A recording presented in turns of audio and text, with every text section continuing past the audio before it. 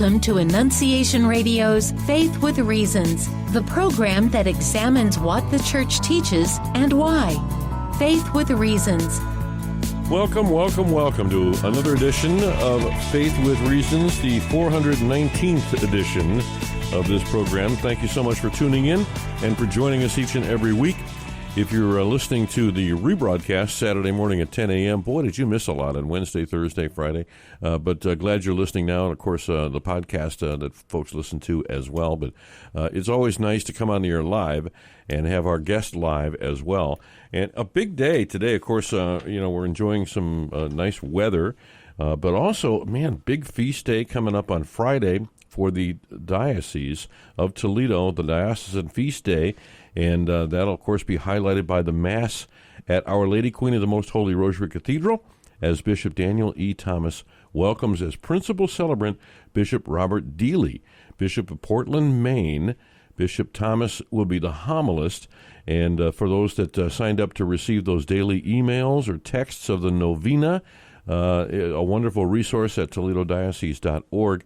I know you've been using those. If you have not signed up, you can still get them and just kind of catch up. But the Mass is immediately following the Holy Rosary at 6:30 p.m., led by a diocesan family, and then, of course, the Holy Mass at 7 p.m., a wonderful patronal feast, the Diocesan Feast Day Mass at Our Lady Queen of the Most Holy Rosary Cathedral. And then on Saturday, back at the cathedral for a 5 p.m. wonderful special Mass, the 16th Annual Diocese of Toledo Red Mass. And that'll be taking place with, again, the Most Reverend Robert Dealey, JCD, Bishop of the Diocese of Portland, Maine.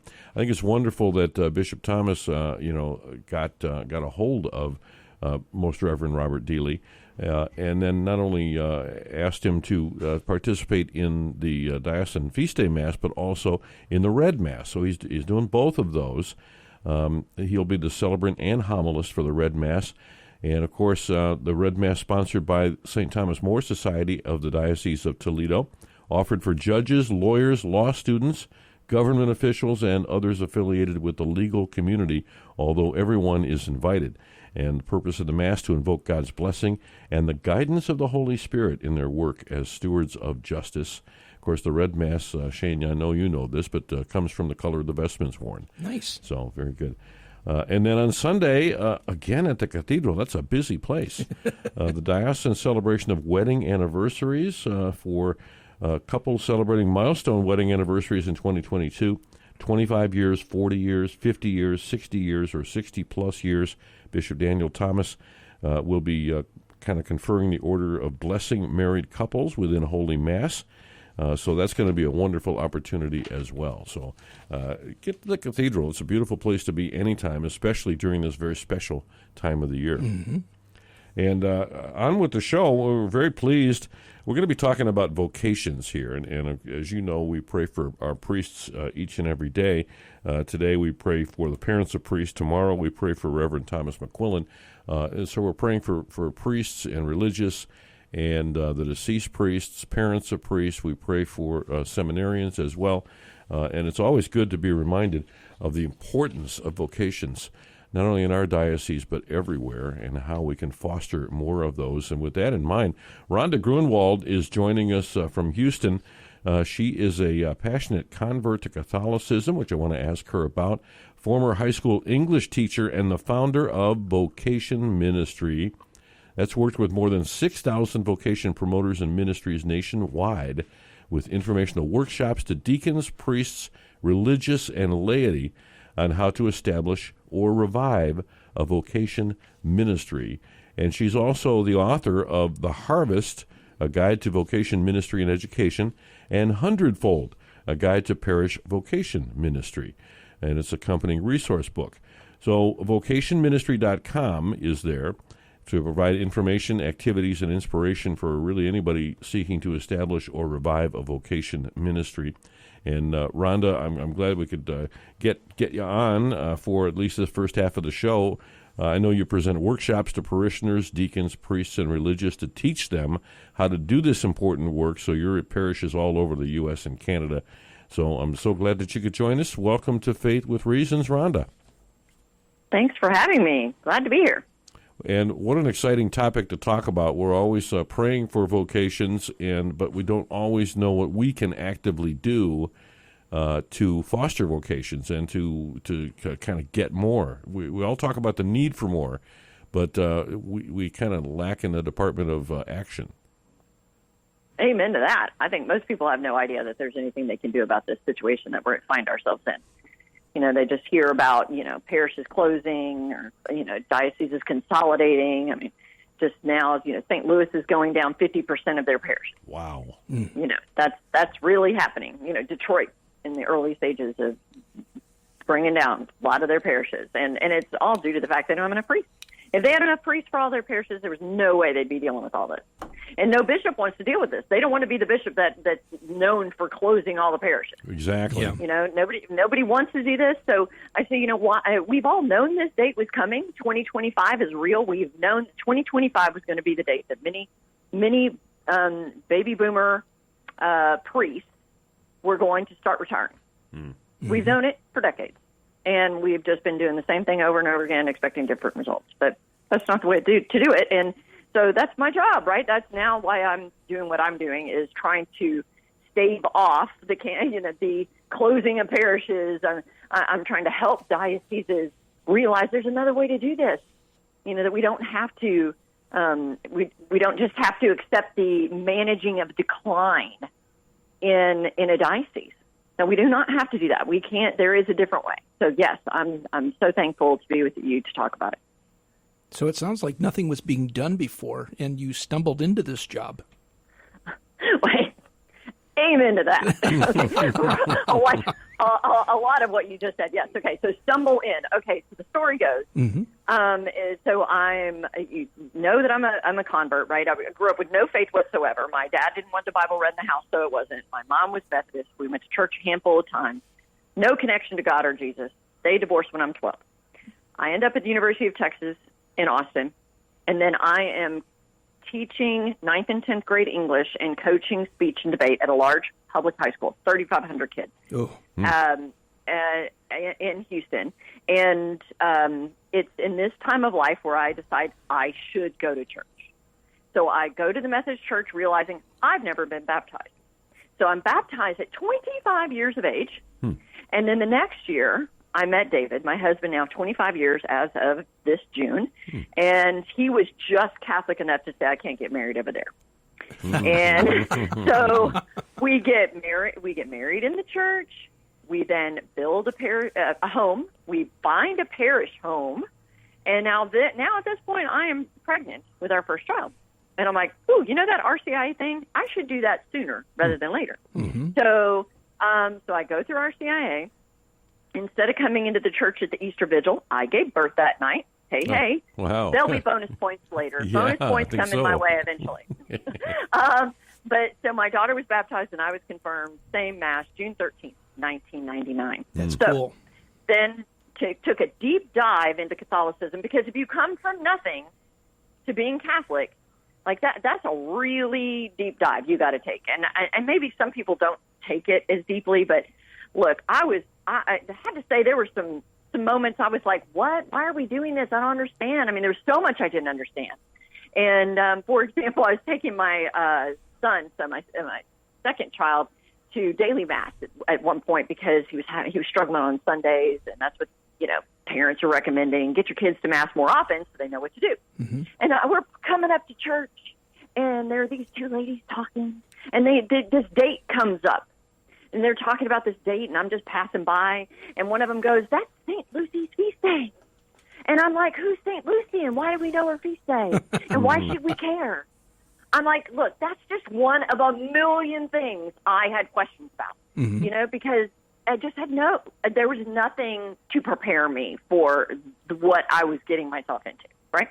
So then pretty much the next 4 years and beyond, I started, there was a group at our parish for small group communities, and we were studying John Paul II's encyclicals on the family. So there was a year on Mary, a year on being a Catholic mother or Catholic wife. So that's what I needed. I needed to understand why we were doing this, why and how to do this. How do you be a Catholic mother? Like, really, how do you, in this society, what does that look like? You know, and I needed all that formation. So then I go to, we changed parishes. Now it's 2011. We had a brand new priest at our parish, Father Victor Perez, and he called out of the blue one day and said, "Can you and your husband come to a meeting about priests and such up in church in 3 hours?" And I was like, wow, you know, I'm not used to getting calls from our priests to come to, you know, just willy-nilly to meetings, right? So I guess so, we should go. So we go.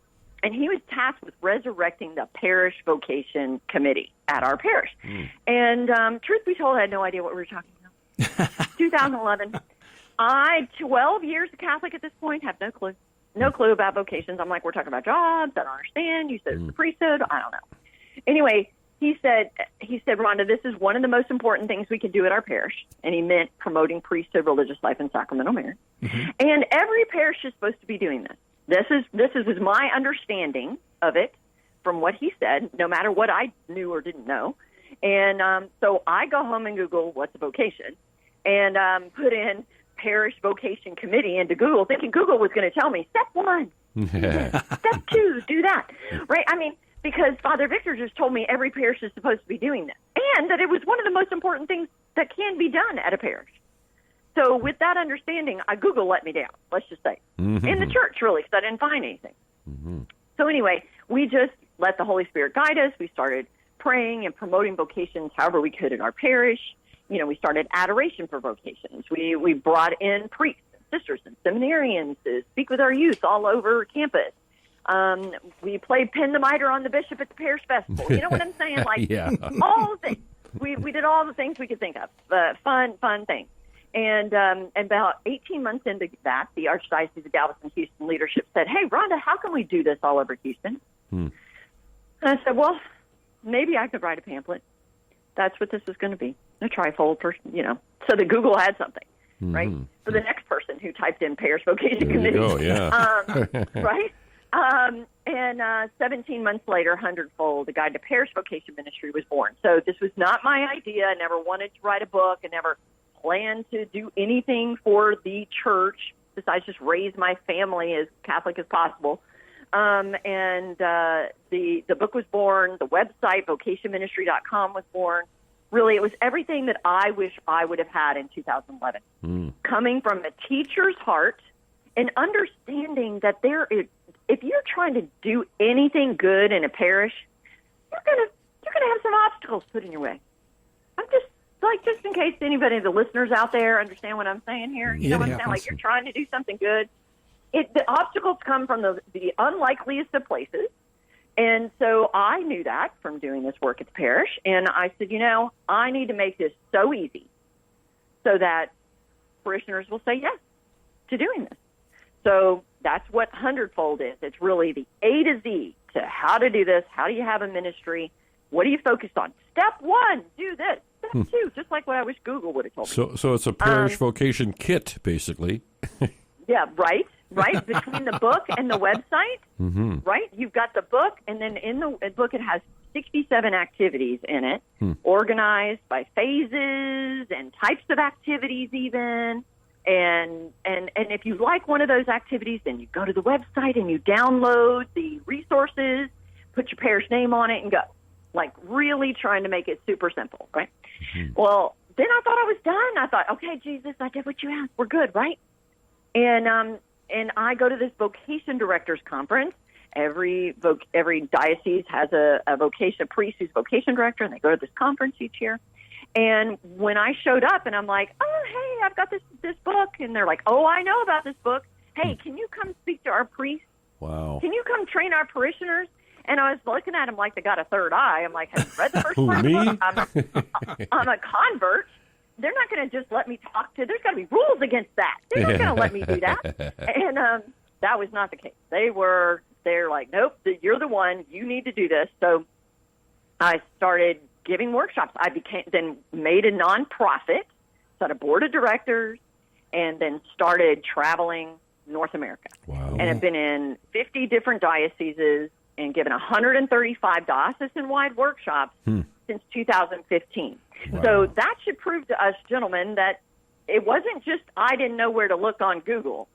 The church really didn't have resources to train anybody on doing this. Wow. They were just expecting these things to happen, but without the resources to do it. Beautiful. What I found is that there were certain dioceses that were publishing little pamphlets on how to have a successful parish vocation committee, but it wasn't comprehensive enough. So people were just having to have such perseverance to come up with what they were supposed to do that most failed.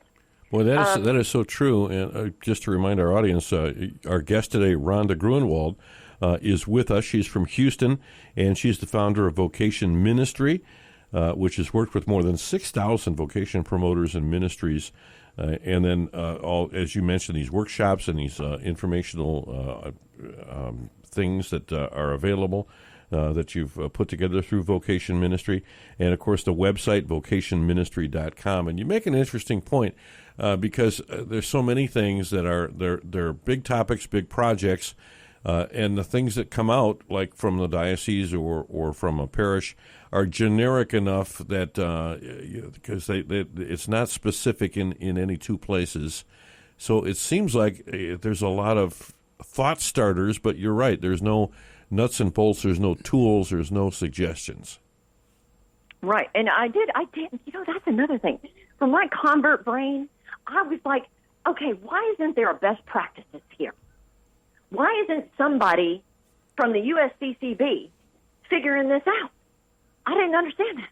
I'm like, why is the convert talking to priests about inviting young men to talk about the priesthood? You know what I'm saying? Like, this was all just really, I didn't understand it. I still don't understand why God called me to do this, but thankfully did. Thankful we're doing things because now we know there's fruit from the work that we're doing. Well, if you want something done, give it to a teacher, right?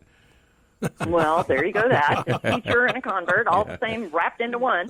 But for example, we now know because we have the numbers. We've been tracking the numbers that, for example, like Peoria, Illinois, when we went there in 2016, they had 9 seminarians, and now they have 22. Wow.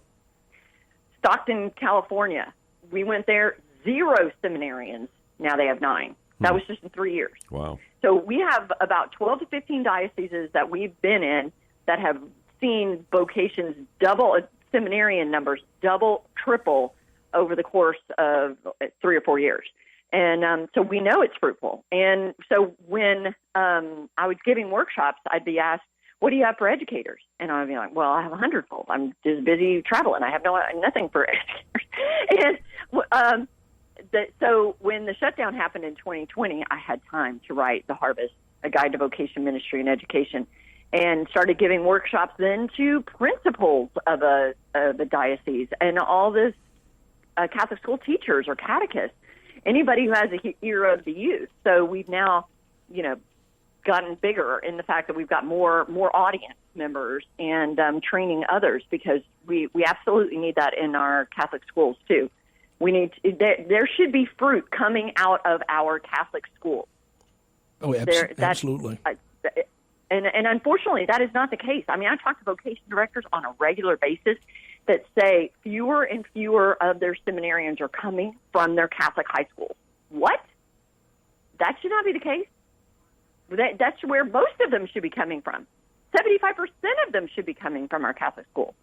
So we're trying to change that. We're trying to get the teachers, principals to have focus on vocations because everybody has a call to holiness. Everybody has a call to holiness. So it should be in everybody's best interest that our schools to become incubators for our future saints. Mm-hmm. And how they are going to become saints is through their vocation. Very good. How about this Sunday? We've got recognition in the church for vocations. Yes. What are you doing specifically for this Sunday? Okay, so when I was doing the work at our parish before the nonprofit was born, we realized, okay, there's this day, Priesthood Sunday. There's Priesthood Sunday. There's World Priest Day in the summer. Everybody's just be praying for their priests. There's National Vocation Awareness Week about the priesthood and religious life. But there wasn't anything for our deacons. And we realized that at our parish, our deacons are doing a lot. They're part of the RCIA program. They're part of marriage prep. They're baptizing babies. They're witnessing marriages. They're proclaiming the gospel. You know what I'm saying? Like they're all over the place. So why isn't there something for them? I mean, literally, again, Google let me down. I went home. I Googled deacon thank you, deacon appreciation in 2012. Nothing. I got greeting cards. So there was nothing in the church that set up to say thank you to our deacons. So then we did something in our parish. It was amazing. We had a reception and hundreds of parishioners came. But then when we became a nonprofit, I was really focused on just doing all these workshops and writing these books and all of that. And it's not until finally in 2022 that I said, you know what? I'm kind of tired of waiting for anybody else to do this. So we are just going to declare that the second Sunday of every October will now be known as Deacon Sunday. And it's going to be a day of affirmation for our deacons. And we've spent this whole year preparing for this and making resources at vocationministry.com for it, such as prayers of the faithful for their deacons. We've got a mass announcement. We've got a newsletter blurb, a bulletin blurb. We've got a get to know your deacon questionnaire so people know how to affirm their deacon. And you've also got, thank you cards. Yeah, I was going to say, you got deacon thank you cards, which I think would be great to get just a supply of those, because we all know several deacons, and they're really working hard. Mm-hmm. Exactly. I've also got a deacon prayer card. So, it's just needed. We just need to do this. And not only that, it's twofold. So not only is this great affirmation for the deacons, I think by having Deacon Sunday, maybe there are going to be more men in the pews to go, maybe I need to be thinking about this. Maybe God's calling me to this. Maybe it's going to help the Holy Spirit plant some seeds about the diaconate. Very good. Yeah, I love that idea, and of course the work that you're doing to increase vocations and increase appreciation for deacons and for priests. You're right. I mean, that does kind of spread like wildfire. People see that, they want to get involved in it, and especially when they've got some actionable things that they can do. So that's a wonderful vocation ministry that you put together. Now, how long ago did you do this? I didn't know what the word meant in 2011. Mm-hmm. The first book came out in 2015. Mm-hmm. The second book came out about education was in 2021. So we've been a nonprofit for 7 years now. 7 years. Traveling the country. Wow. So it's fairly new in Catholic world, right? You know what I'm saying? The church is really old. This is still very new. I mean, I haven't been everywhere. I mean, 50 dioceses out of 179. You know, I've got work to do, mm-hmm. and I'm thankful for it. I'm thankful that any bishop or vocation director will allow me to speak with anybody in their diocese really about this, because again, it's something most people have no idea about. All they know is the crisis. They hear crisis. They hear my priest. They see their priest is busy. They see they're sharing their priest with 2 other parishes, or their parishes consolidating, or whatever. But they don't know what can be done. And I'm saying that there can be something done at pretty much everywhere the family intersects their faith. Whether that is at catechism classes or Catholic schools or youth ministry or parishes on Sundays. They're a college campus ministry, because the Harvest, that and all the resources at vocationministry.com are from kindergarten all the way to campus, college campus ministry. So I've got 75 activities can be done at all the way through, all those levels. And we have a shop at vocationministry.com. First of all, that's where they're going to find the book, The Harvest, or A Hundredfold. But they're going to find kids' books and a nun bear and a priest bear and all kinds of fun things. And that's where they're going to find a deacon thank you cards. I've also got priest thank you cards, too, which is great for newly ordained or anytime you want to say thank you to a priest. Wonderful. Rhonda Gruenwald's our guest here, vocationministry.com. And I see with strategic partners, I mean, you've got a lot of folks on board. Scanlon Foundation, Sarah Club is there as well, the Institute on Religious Life and so forth. So obviously this is embraced by a lot of people. I've got to ask you, though, have you had any pushback from anybody? Oh, good question. Well, change is hard. Change is hard for people in general.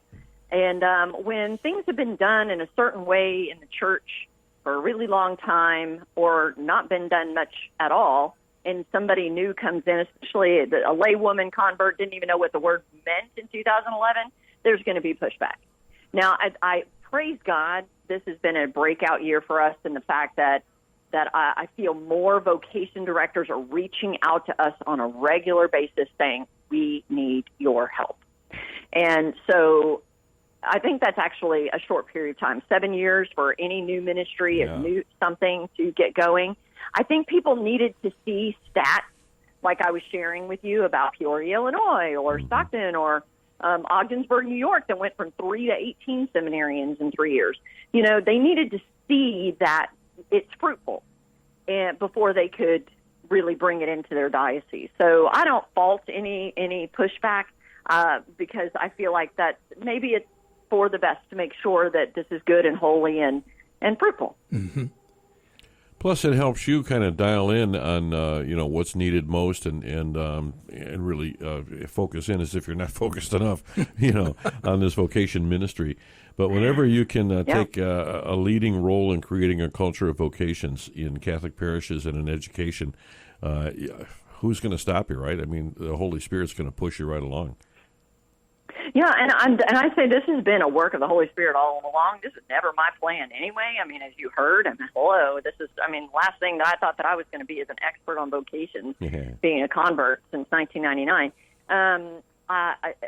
But that's all I'm asking on a daily basis is for the Holy Spirit to just put me where I'm supposed to be and help me do whatever I need to do, because there's no way I could have all these answers. There's no way I would have been inspired to. I mean, I was going to write a pamphlet. Pamphlet turned into a 200-page book. You know what I'm saying? Who would have thought? And I think he's got plenty of work for us to do. And I get excited about new projects and new places, and I can't believe that all of these new workshops with educators has come along, and I'm just thankful. Well, we're certainly thankful that you're doing this ministry, and glad that you could share that with our listeners. And don't forget Deacon Sunday coming up, the second Sunday. That'd be this Sunday in October, so make sure you reach out to your deacons. Absolutely. Rhonda Gruenwald, how do people get in touch with Vocation Ministry? Just go to vocationministry.com, and I hope that nobody will say it's too late to do something for Deacon Sunday. Thank you very much. Take this Hi, opportunity. friends. Peter Range here from Ohio Right to Life, inviting you to your local 40 Days for Life campaign, which begins September 28th and runs through November 6th. The 40 Days for Life is dedicated to 40 days of prayer, fasting, and peaceful vigil for the end to abortion. Now more than ever, it's important the people of God stand together and stand up for the right to life where abortions are taking place.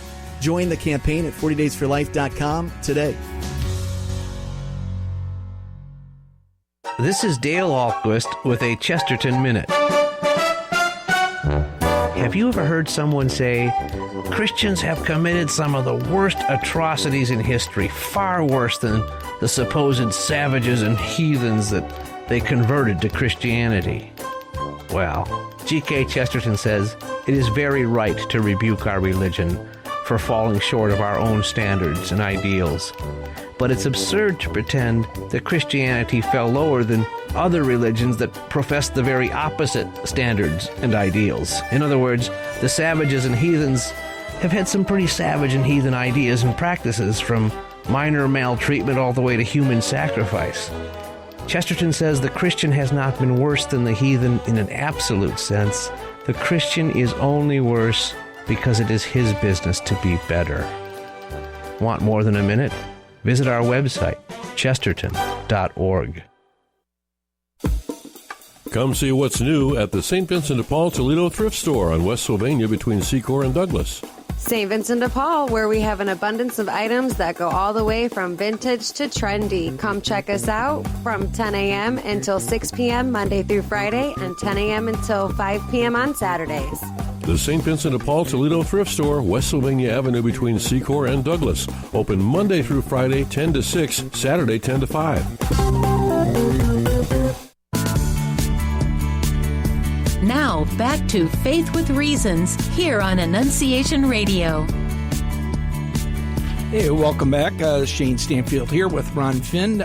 For this half of the show, we have Matthew Archibald, award-winning journalist and father of five, longtime writer for the National Catholic Register and the Catholic Digest.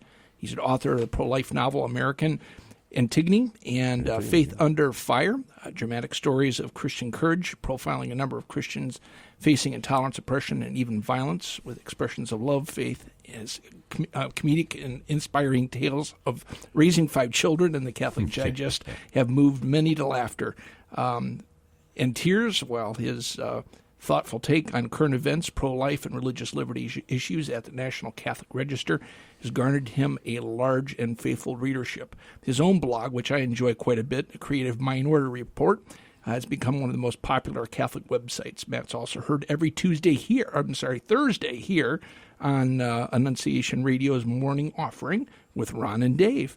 Welcome, Matthew. Thank you so much for having me. I think sometimes when I'm trying to make people laugh, I lead them to tears by mistake, but that's, I can only do so much. That's right. Well, we know you were sick. Last time you were scheduled, you were very sick that day. Oh, I was so sick. In fact, I got so sick that I started going to the gym again. Oh my! Because I was like, that can't happen again. Oh my! Like, I started taking vitamins. I mean, it was like crazy bad. I heard the most depressing thing. Literally my first day back at the gym. You ready? I'm on the treadmill and I'm going at a cool, like 4 miles an hour. I am relaxing. I heard the most depressing thing from an older guy talking to an older lady, and they were in agreement. He says, there's a moment in your life, somewhere in your 50s, you don't know when it happened, but it's the last pain-free moment of your life. Oh. The rest of your life, you're dealing with some pain or another. Oh, my. And I'm just like, this isn't what I wanted to hear. Not at the gym. Wow. Oh, my. Yeah, Mr. Sunshine there. And then the lady said, it was actually, she was like a 4'8" lady. And she said, when you're young, you think pain is temporary. She said, and then she said, but the older you get, it helps you remember that suffering is the natural state of things. And all I could think is, I'm going to bet she's Catholic. Yeah. Absolutely. I was like, okay, you're definitely home team, lady. I've read enough of the Saints to know when I'm hearing Saints paraphrased at me. You know what I mean? Yeah, absolutely. Well, it proves once and for all what we all suspected. Those gyms are not good for you. I should stay away. Right. Be careful. Avoid the pain. Wow. That's right. Right. So what's been happening in your world? What have you been doing lately? Obviously going to the gym, taking vitamins, running the kids around, and running the working kids on the blogs and so forth. You probably aren't sleeping much, are you? No, but I had a great call from my daughter today. So my daughter graduated from Providence College. Okay. Oh, congratulations! And she's great. I mean, she's a great kid. She's the kid where one time she called, and this will give you an insight as to what a nutty parent I actually am. She would call and say, "Hey, Dad, can I stay out a little late on Friday or Saturday night?" She's out, and she's like, "Can I come home at 1 a.m. instead of 11:30?" And I'm like, no, are you crazy? Are you out of your mind? Like, what good happens after midnight? And, she says, please. And then she tells me, so my friends and I were doing adoration, but the person who was showing up at midnight isn't going to come. So we're saying we'll stay until 1 o'clock. Oh, my. So, yeah. So I actually, I accepted this. This was an allowable answer to my question. But I actually drove up to the church just to make sure. I had to. Wouldn't you? I suppose, yeah. Using the old adoration excuse, huh? Right, exactly. This sounds too good to be true. Exactly, right? Well, she was there, right? It's like she was there. Okay, okay. But anyway, so she graduated. She's doing great. But she called me, and she was talking about her life. She's actually a teacher at a Catholic school right now up in Boston. I'm so proud. It's a very faithful, conservative school. I'm thrilled. But Wonderful. she's talking to me, and I do what I do. I offer advice. If there's a problem, I start thinking, okay, you're talking to me so I can fix your problem, right? Sure. I mean, if you called me with a problem, I'd be like, okay, let's fix it. But no.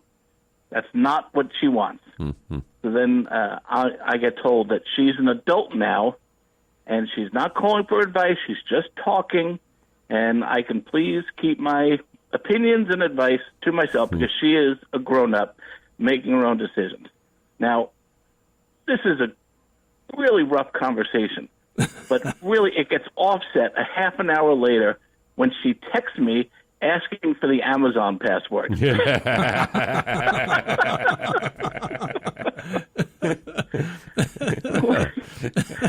So you can imagine there was a bit of snark being volleyed her way when I sent the password.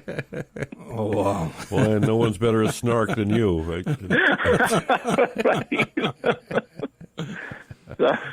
So that's pretty much how my life is going. That's wonderful. Man, I don't know how you keep up with all of the stories that are breaking in this crazy world that we're in. But, boy, you do a bang-up job at Creative Minority Report. What's top of mind for you now? Right now, actually, it's funny that you ask this because it's such a small world. My daughter's basketball coach from her summer league, she's in ninth grade, and she was in summer league, and it turned out that her coach is one of the big leaders of the pro-life movement, and he's Catholic, and he knows my writing. So we would talk after the games. We'd lose all the games, mind you, but we had nice pro-life Catholic talks afterward. But anyway, do you remember that issue? You probably heard about this. The pro-lifer in Bucks County, PA. Oh, yeah. Whose home was raided by the FBI. Like 30 armed FBI agents stormed in because of an altercation. Yeah. Did you read about that? Oh, yeah. Yeah. It took 20 FBI agents to bring this terrorist down. Right. And all it was. And it was based on a charge that the Philadelphia court had thrown out, like laughed it out of court. Yeah. Because it was so clearly nothing. Well, let me just, the mailman showed up, obviously. Oh, yeah. Just, that's why the dog is not happy about It's a nice, this. healthy dog. Right. That's what you get when you get a rescue. You just don't know what you're going to get. That's right. But so this Friday we are going to the pro-life community is going to have a rally outside the U.S. Attorney's office in Philadelphia, and they're going to have a bunch of speakers, and we're all going to go there and urge them to drop these obviously ridiculous charges that are just made to send a message to pro-lifers just to, not get in their way at all. But so they're expecting a good amount of people. So that's what I'll be doing on Friday morning. I'll be in Philly covering that for the National Catholic Register. Wonderful. Wow. And I know there's going to be a lot of national attention focused on that as well, because this is something that everybody's talking about. It's just so egregious, and it's just so obvious, and you see that. It's like, how do you not take some sort of action? Wow. Yeah, the one of the people who's heading it up, when I told him I was going to come cover it, he said, "Oh, good. At least there'll be some media there that will cover it fairly." Well, I think you can combine some of these stories together too, because it wasn't all that long ago that there was all of this this talk about the rosary being a weapon.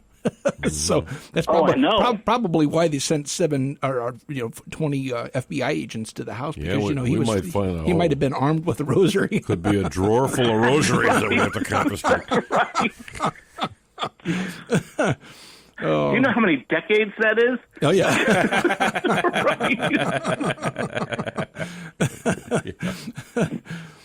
And what about this British nurse? I mean, this statement with this British nurse with not resuscitating people of the other side of the aisle.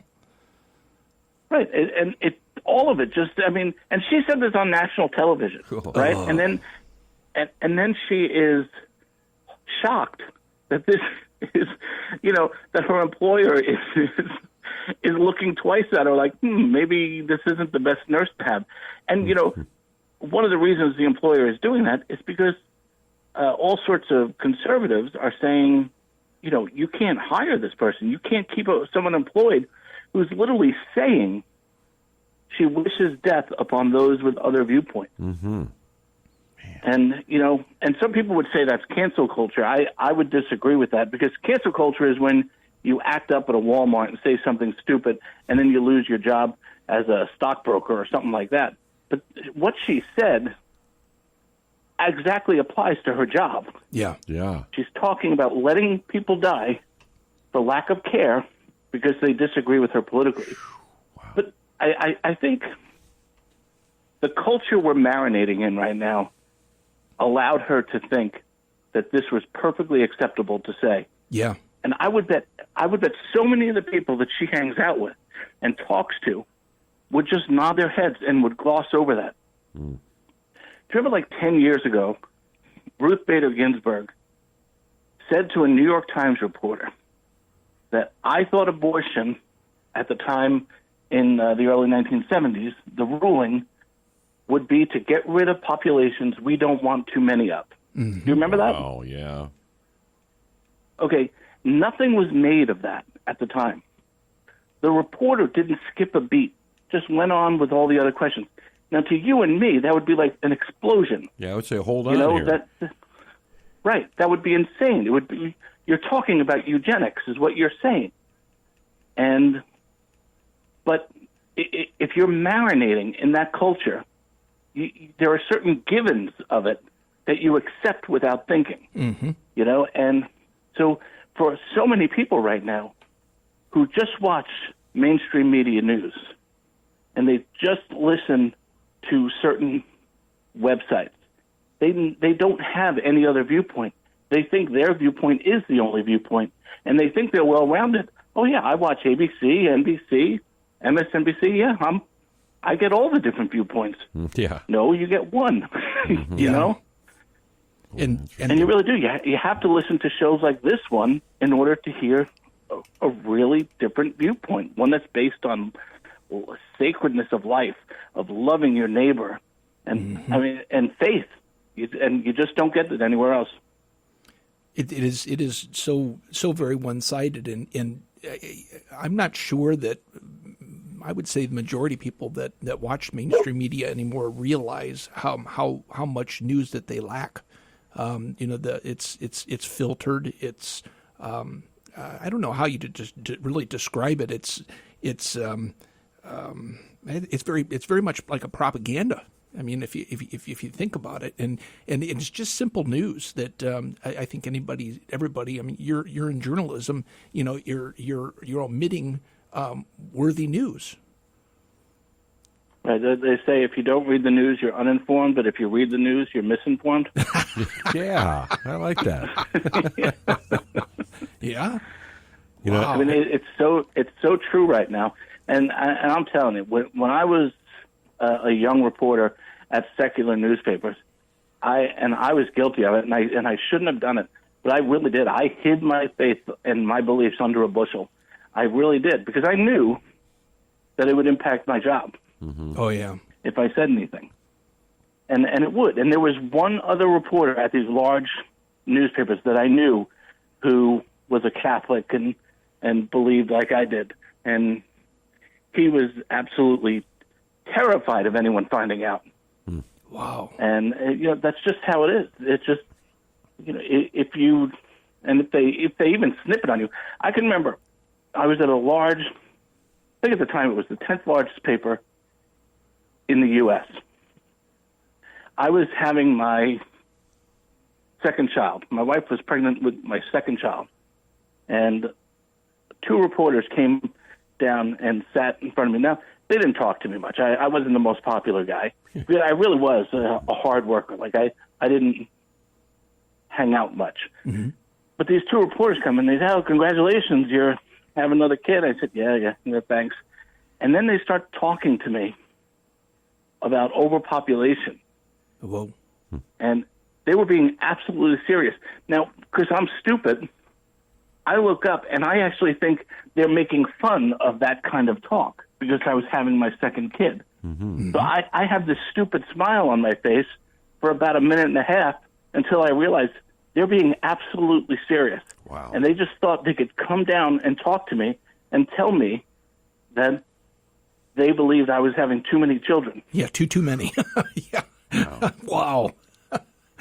So then, of course, I got my back up and said I was planning on having at least a basketball team and maybe a baseball team, just because I'm very spiteful and antagonistic. Yeah. Honey, we're going to have a big family just to show them. And I got 2 people to add to the Christmas card list. Yeah, I love the way you put it, the culture that we're marinating in, because it really kind of describes where we're at right now. It's kind of like laying in the sewage, and you try to stay above the fray, but man, it just seems like it invades us everywhere. I mean, the kids can't go to Disney World anymore. You can't watch the Disney Channel, and now you can't even watch Scooby-Doo anymore. Yeah. Right. Yeah. Now they're trying to push that one of the characters is gay, and that's not something that just gets referred to. They're going to push that, and so you think you can turn on Scooby-Doo for your children and just walk out of the room and do what you have to do, but now you can't even do that. Yeah.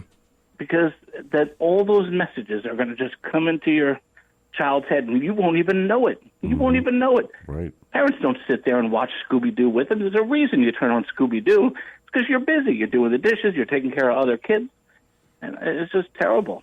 And then all of a sudden those beliefs are in their head, and there's nothing you can do about it. You said about marinating in the culture. It's an amazing thing. George Washington, and no greater stalwart for freedom than he, right? But he had a blind spot, a massive blind spot for slavery. A massive. Think about that. This guy did more for freedom than anyone else. And yet, when his slaves ran away, he was literally personally injured. His feelings were hurt. And he would say to his wife, didn't I treat them well? Why would they run? Like, it was just a blind spot. And it just shows you, even really well-intentioned, good people can have these massive cultural blind spots that they just don't realize, that go against everything you believe. And unless you analyze it, unless you really go through it, you can live your whole life like that. Oh, I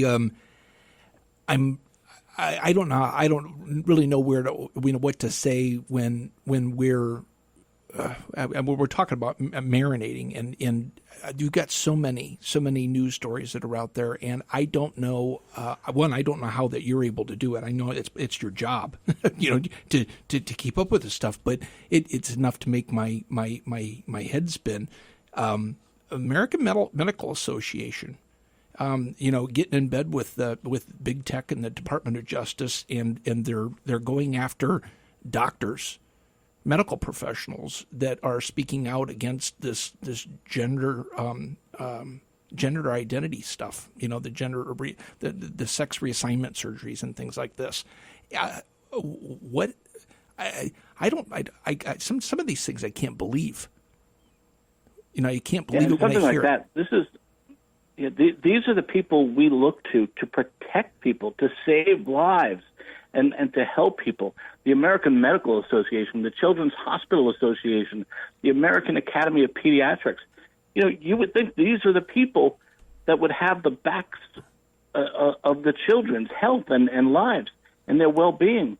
But in reality, they're literally asking the government and big tech to censor people for saying things against those procedures, for saying a boy is a boy and a girl is a girl. And that probably includes everybody. And they're not just going after the medical professionals, which I would imagine that they would probably be going after people's licenses and such. But I mean, they would theoretically be coming after us. Anybody that's going to have a voice that's it's got a channel on YouTube, that's got any type of media outlet out there, that they're suddenly now a target. But I can't. It's hard to believe this because it sounds Orwellian. I mean, it's beyond Orwellian. It sounds like the 1900s when you're dealing with the Soviet Union or Mao. I mean, this is. But it's happening here in the United States. It's well, and the reason is because these organizations didn't just get together, on one Tuesday afternoon and say, "Hey, we should write a letter." All together, okay? They're in cahoots with the people in the government already. Yeah. They're already talking. Now, when we came out of COVID and people started going to school board meetings, okay, Heaven they forbid. Started making a ruckus about the stuff their children were learning. Yeah. It's one of the great benefits of this whole COVID thing that parents finally woke up to what was going on. Yeah. But when they started going into after the school boards, the DOJ wrote a letter to the School Board Association saying, send us a letter asking for help, that you're worried about your safety, and then we can jump in and, start limiting the reach these people have. Yeah, label them as terrorists. So a lot of this... What's that? I said label them as terrorists. Right, exactly, and that's what happened. And so a lot of this stuff isn't just happening in the grassroots. It's already worked out. The plan is there where they're going with this. But the good news is we see it now. Yeah. We've seen their plan over and over and over, and we know where this is going. So now we just have to shake off the apathy that we've had for so long, and many people are, but we need many more to wake up. Absolutely. And Matthew, I want to talk for a moment about your books.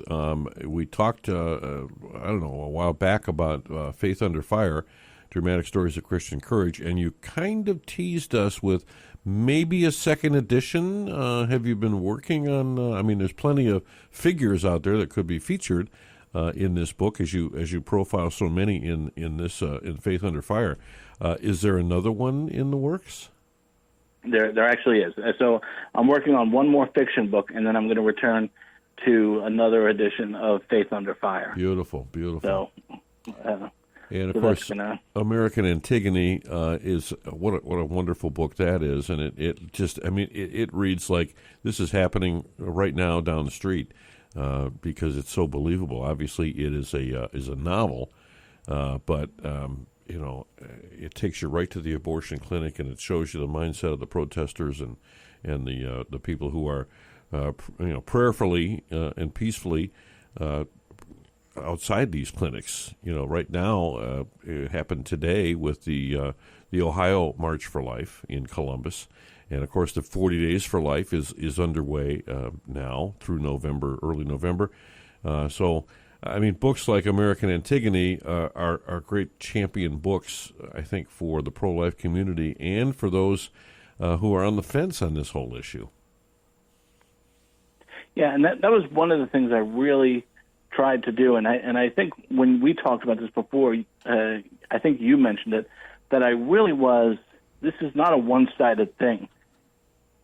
In the book, American Antigone, I really brought out both sides of the issue, and I really tried to humanize everyone and see what decisions they were making and pro-lifers were making, and how this just escalates into, typically it ends in tragedy, sadly. But I really did try to be fair. It was nice because when I was talking to the guy who's putting together this rally on Friday, he had just gotten done with American Antigone, and he sent me a long text thanking me for it and saying he loved it, which is, it's really nice. It is. Well, they're both great reads, and I look forward to your fiction work coming up, and of course another edition of Faith Under Fire. I love these stories, real stories of real people that have stood up in the face of opposition and are being persecuted, but persevere somehow. Yeah, and I would think Mark Houck, the pro-lifer in Bucks County, whose house got raided, would definitely be one of those people. I don't know if this has been publicized a lot lately, but when he found out that the FBI was interested and thinking about pressing charges, he had his lawyer send an email to the FBI saying he would come in. If they leveled a charge, he would surrender himself and go in. They never responded to that. Instead, they raided his house and put 7 kids at gunpoint. All done for show. All done for show. Yeah. How easily that could have turned into a tragedy. This wasn't Waco. This is a guy, a pro-life father of 7. I mean, and it's just awful to think that they were willing to gamble with the lives of this family, these children. You don't know how children are going to react when gunmen come charging in the door. Mm-hmm. Anything could have happened there, but that doesn't matter. That didn't matter to them. They wanted to send a message. This is head on a pike politics. This is sending a message to all the pro-lifers out there: stay in your lane, or else we will come after you. I just heard something recently where a priest was arrested under that same law. Apparently. Oh, I hadn't heard that. I'll check that out. Yeah. I just within the last day or two. So that was kind of shocking. But I think they dug up something he'd done in the past, and of course they went after him because we're all terrorists now. Yeah, exactly. Well, right. Matt, next time we catch up with you on a Thursday morning, which unfortunately won't be tomorrow morning since we'll be at the Catholic Business Network breakfast, and we're going to carry the speaker's comments instead of yours. I don't know what maybe next year I'll come speak to the business. There people. You go. Then you get a whole half hour or so on here. Yeah, that'd be great. Right. So, but you have to catch us up on that rally and how it went and how many people were there, because the news will show us 4 people. Right. Matt Archbold, CreativeMinorityReport.com. Check it out. Next week, Father Slawomir Shradeka, author of Icon of Trust, will join us.